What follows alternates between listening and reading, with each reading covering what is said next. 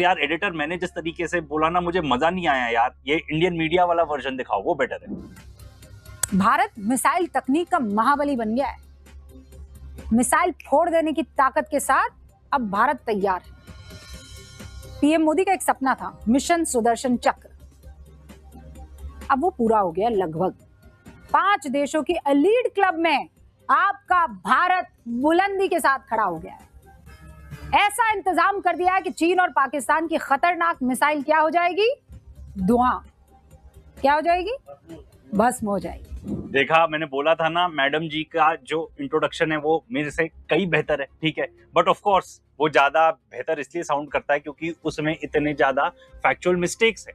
For example, वो कह रही है लगभग कंप्लीट हो चुका है। हमने आपको बताया फेज 2 ऑफ टेस्टिंग अभी कंप्लीट हुई है, तो फार फ्रॉम कंप्लीट। और ये प्रोजेक्ट इतने जल्दी कोई कंप्लीट नहीं होने वाला, जो ये कह रही है लगभग। तो सुदर्शन चक्र जो है वो बाय 2035 अक्रॉस की पब्लिक स्पेसेस अक्रॉस इंडिया में लगाया जाएगा, ठीक है, जिसमें रेलवे स्टेशन इंक्लूड होंगे, हॉस्पिटल होंगे, रिलीजियस साइट्स।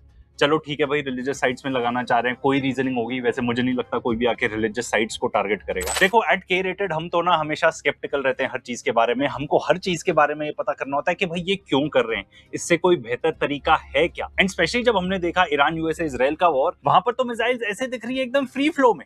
मिसाइल्स आ रही है, इंटरसेप्टर आ भी रहे हैं तो भी नहीं दिख रहा, ऐसी कोई इंटरसेप्शंस दिख ही नहीं रही। तो भाई हमें लगा हम तहकीकात करें कि हमें पूरे इंडिया को ऐसा कोई सुदर्शन चक्र चाहिए क्या। तो भाई ये रूबिका लियाकत ने अपना जो पाठशाला दी है, इसमें बताया कि हम रशिया, चाइना, यूएसए, इजराइल जैसे देशों में शामिल हो गए, ठीक है। तो सबसे पहले इजराइल की स्थिति देख लेते हैं, क्योंकि हमने रेडार भी वहीं से लिया है। यहाँ पे ये बताया गया है कि जब 2025 में वॉर हुआ था ना, तब सबसे ज्यादा मिसाइल्स किसने नॉकडाउन की थी? आयरन डोम ने बिल्कुल नहीं की थी। यूएस का जो थर्ड सिस्टम था उसने करी थी। एंड ये जो थर्ड मिसाइल है ना, इसके एक इंटरसेप्टर का कॉस्ट पता है कितना होता है? $13 मिलियन होता है। एंड 2010 से लेके आज तक, till the time of this article, like a few months back, total कितने खरीदे थे पेंटागन ने? 650, सिर्फ 650। मतलब इतनी महंगी चीज है, इतनी प्रेशियस चीज है। और पिछले साल इन्होंने सिर्फ 37 ही खरीदी है। एंड जब भी इसराइल ने वॉर लड़ा है ऑफ लेट, ठीक है, ईरान के अगेंस्ट है 2025 हो या रिसेंटली कंक्लूडेड वॉर 2026 का हो, उसमें जो मेजर इंटरसेप्शंस थी सारे अमेरिकन डिफेंस सिस्टम्स ने ही करी थी। अमेरिकन इंटरसेप्टर्स ही मेजरली यूज भी हुए थे। जो इजरायली इंटरसेप्टर्स हैं, चाहे उनका आयरन डोम हो गया, ठीक है, एंड आयरन डोम भी एक अकेला आयरन डोम नहीं है, उसके अंदर बहुत सारी लेयर्स हैं, जैसे कि डेविड स्लिंग हो गया, एरो सिस्टम्स हो गए।